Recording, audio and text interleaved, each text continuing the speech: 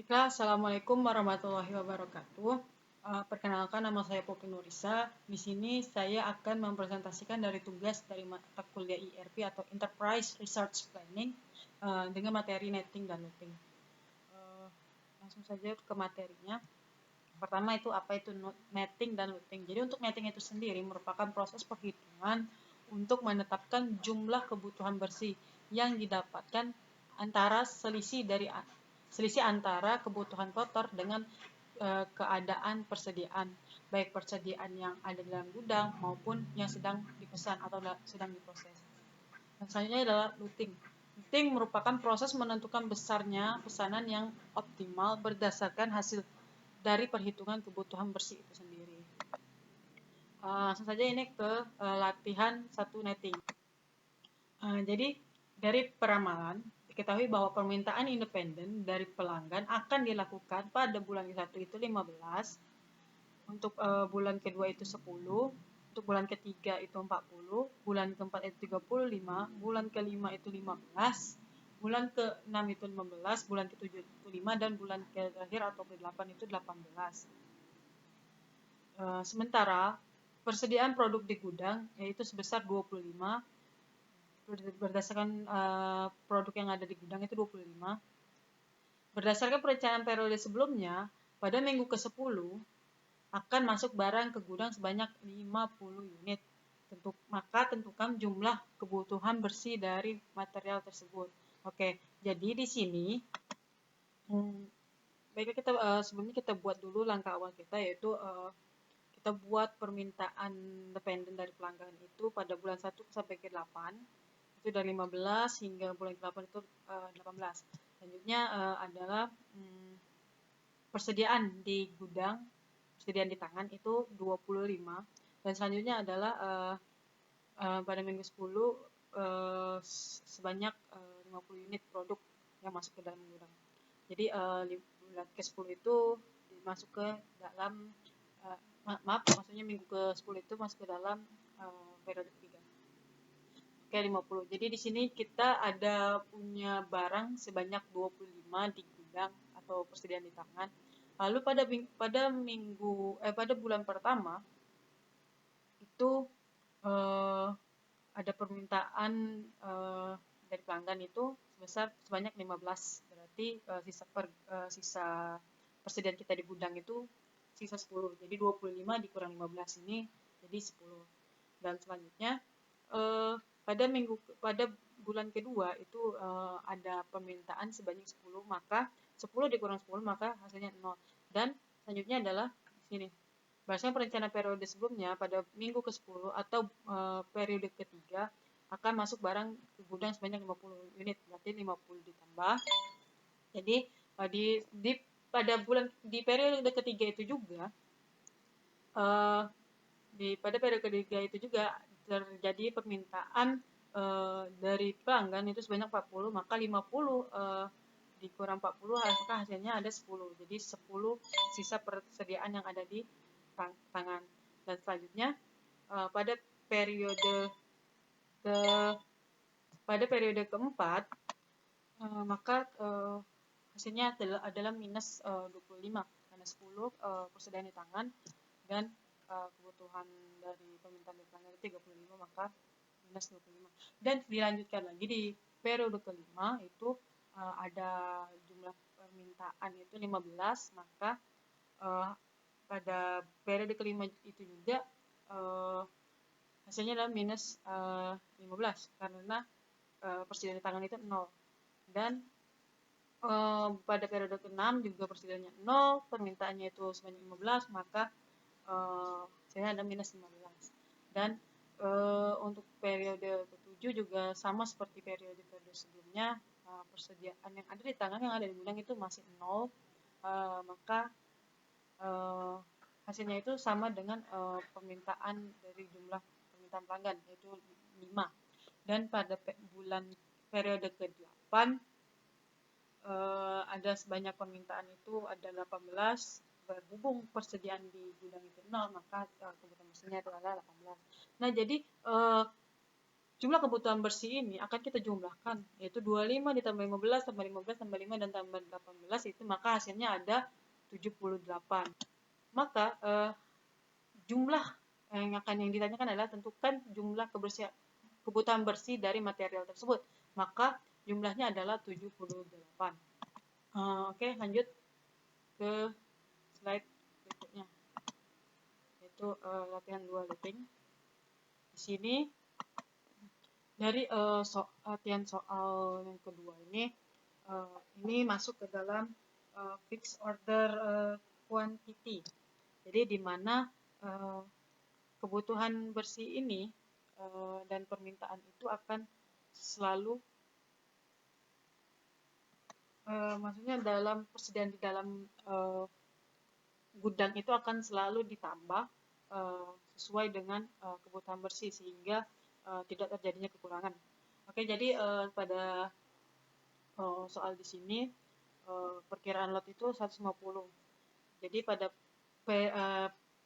periode pertama itu di stok lotnya itu 150 dan di sini kebutuhan bersihnya itu adalah 10, maka persediaan yang ada di gudangnya itu 140.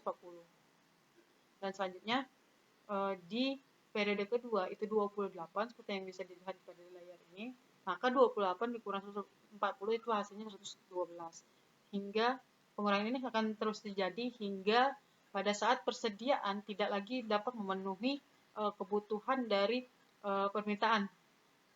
Dilihat pada di periode kelima ini, di mana persediaan pada gudang itu sisanya 1, tapi permintaan di periode selanjutnya itu ada 63, maka lot akan otomatis bertambah sebanyak 150.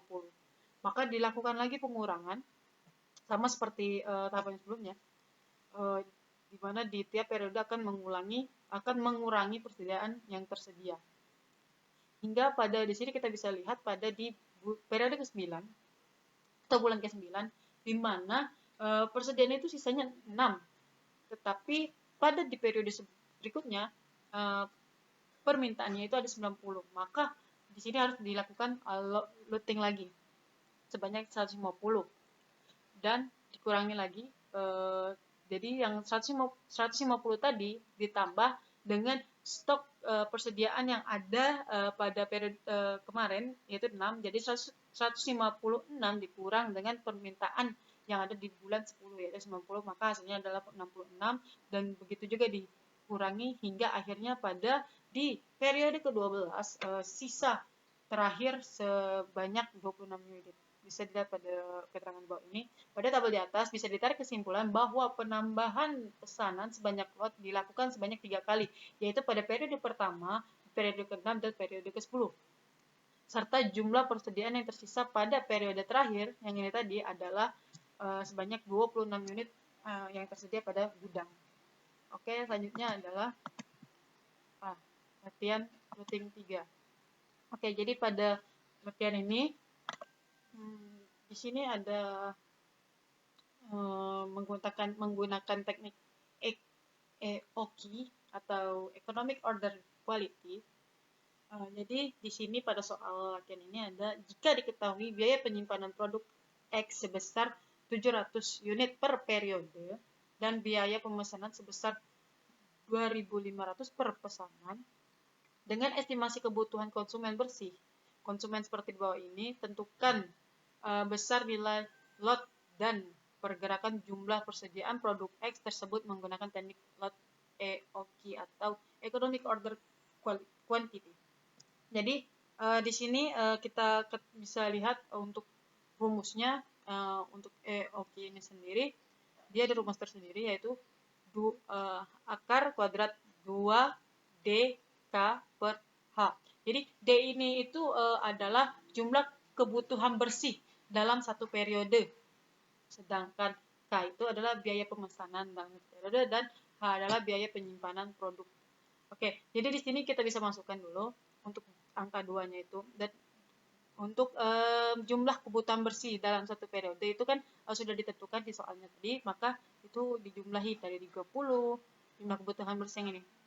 Ada di sini itu ada 30, ada 24, periode ketiga itu 0, periode keempat itu 8, dan seterusnya hingga periode ke-12 itu 40. Maka ketika dijumlahkan itu jumlah kebutuhan bersih dalam satu periode itu adalah 324 unit. Dan untuk K-nya itu adalah biaya pemesanan. Di sini sudah kita definisikan, yaitu pada saat ini sudah didefinisikan sebesar 2.500. Dan selanjutnya adalah H itu untuk biaya penyimpanan produk, dan sudah didefinisikan juga pada soal ini, yaitu 700. Maka hasilnya adalah lot yang dibutuhkan itu adalah sebanyak 48 lot. Oke, kita masukkan dulu terlebih dahulu seperti tabel di bawah ini. Jadi ini sama seperti yang sebelumnya juga, bahwa kita memiliki ukuran lot itu 48, dan pada periode pertama itu permintaan itu sebanyak 30, maka persediaan yang ada di gudang itu sebanyak 18, dan ketika persediaan di gudang itu tidak mencukupi atas dari permintaan dari periode selanjutnya, maka akan dilakukan looting untuk memenuhi kebutuhan tersebut. Maka dilakukan looting sebanyak 48 unit, ditambah dengan persediaan unit yang ada di gudang atau yang ada di tangan, itu sebanyak 18. Maka ketika dikurangkan dengan kebutuhan bersih atau permintaan, maka hasilnya adalah 42. Karena 42 ini lebih besar daripada permintaan yang diminta oleh konsumen pada periode ketiga itu, maka tidak perlu dilakukan looting lagi. Dan seperti yang kita lihat, periode keempat juga tidak perlu di-looting karena jumlah permintaannya lebih sedikit daripada persediaan di gudang. Nah, untuk di periode kelima ini, kita bisa lihat bahwa terjadi permintaan sebanyak 54 unit, di mana persediaan di gudang kita hanya ada 14 unit. Maka kita harus melakukan looting sebanyak 48 unit. Dan hasilnya sisanya adalah 8. Dan juga terjadi looting lagi di periode ke-6. Dan seperti kita lihat juga di sini, di bulan ke-8 itu kita melakukan maksudnya bulan ke-9 itu, periode ke-9 itu kita melakukan looting karena di bulan ke-9, periode ke-9 itu permintaannya 29, sedangkan persediaan kita yang di gudang itu hanya ada 8. Dan juga sama juga di periode ke-10 itu kita melakukan looting, dan di periode akhir juga melakukan looting. Maka persediaan akhir itu hasilnya adalah 12 unit. Nah, maka di sini untuk jumlah biaya penyimpanan, di sini kita bisa lihat total jumlah persediaan dikali dengan biaya penyimpanan produk. Karena total jumlah persediaan itu bisa kita dapatkan dengan menjumlahkan total persediaan yang ini dari 18, 42 ditambah 42 hingga ke 12. Selama 12 periode itu, maka didapatkan totalnya itu 261 dikali 700 rupiah per biaya penyimpanan produk, maka didapatkan hasilnya adalah 182.700.